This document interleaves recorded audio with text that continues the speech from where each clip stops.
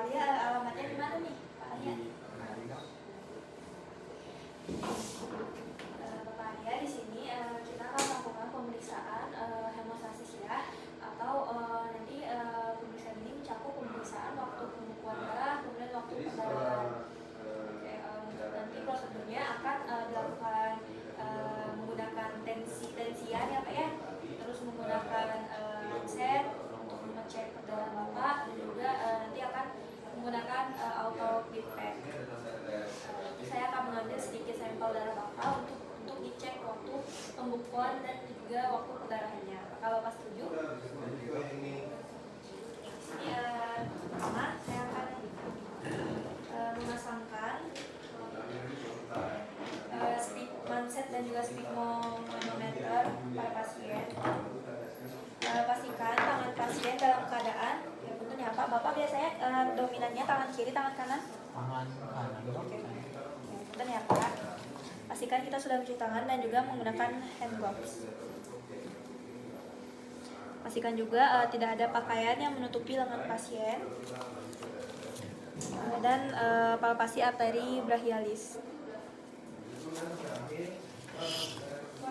Kemudian pasang manset.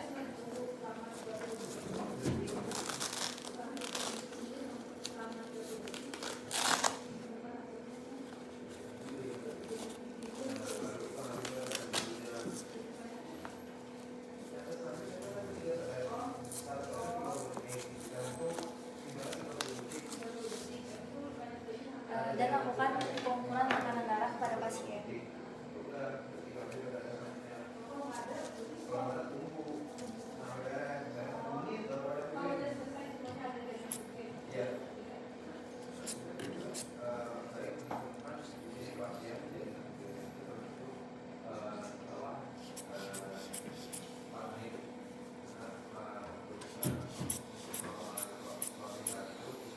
Di sini tekanan darah pasien terdapat 110/70, berarti dengan rata-rata 100 mm per Hg.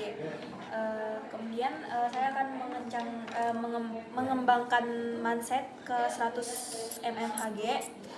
Kemudian menggunakan stopwatch, atur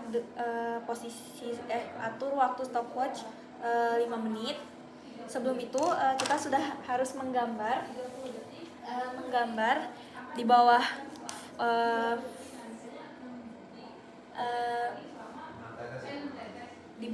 lipatan lengan antekubital, menggambar lingkaran dengan diameter 5 cm.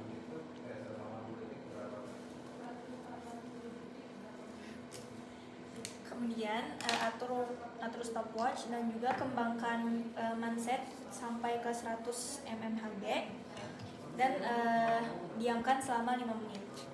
Kemudian setelah 5 menit cek apakah terdapat peteki pada lingkaran. Kemudian hitung peteki, jika jumlahnya kurang dari 10 maka normal. Kemudian jika lebih atau sama dengan 10 maka hasilnya adalah abnormal. Selanjutnya saya akan melakukan pemeriksaan bleeding time atau waktu perdarahan. Pastikan kita sudah menggunakan handscoon, kemudian siapkan bahannya, yaitu ada alcohol swab dan juga ada lancet. Kemudian yang pertama kita akan bersihkan area pemeriksaan menggunakan alcohol swab dan tunggu hingga kering. Kemudian gunakan lancet untuk lancet steril untuk menusuk bagian lobus telinga sekitar 3-4 mm. Punten ya Pak.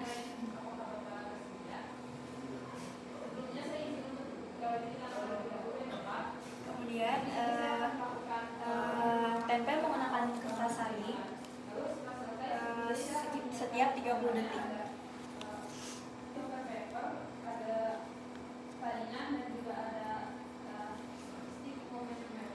Kemudian hentikan stopwatch ketika perdarahan berhenti.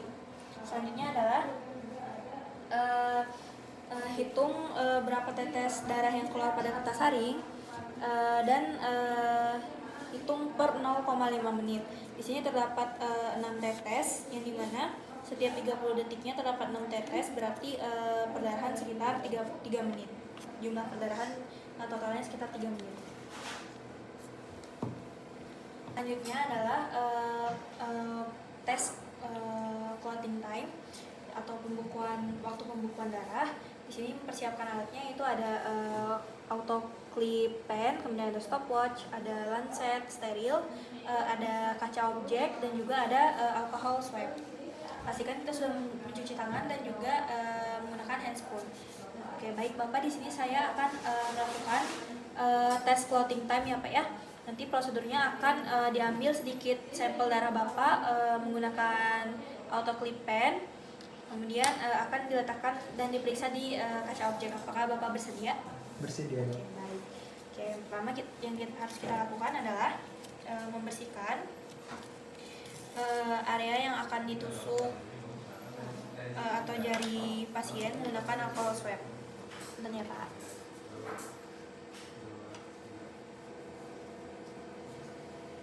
Oke, selanjutnya adalah buat tusukan menggunakan auto clip pen.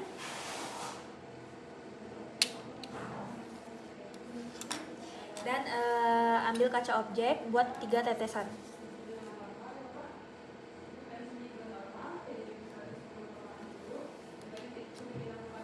Selanjutnya adalah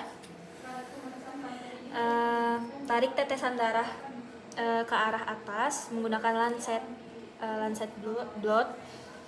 Kemudian setiap 30 detik. Cek apakah sudah terbentuk fibrin dari clotting tersebut. Kemudian cek dan cek pada setiap 30 detik dan apakah terdapat dan terlihat benang fibrin. Kemudian adalah mencatat waktu hasil dari pembentukan benang fibrin tersebut. Selanjutnya adalah kita akan membuang kaca objek ke tempat sampah medis dan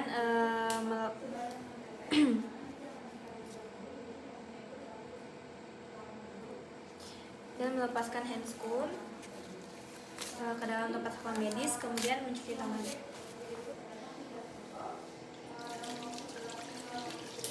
Cuci tangan dengan 6 langkah WHO. Alhamdulillahirrahmanirrahim, video Edams kali ini sudah selesai, yaitu mengenai tourniquet test, kemudian clotting test, dan juga bleeding time test.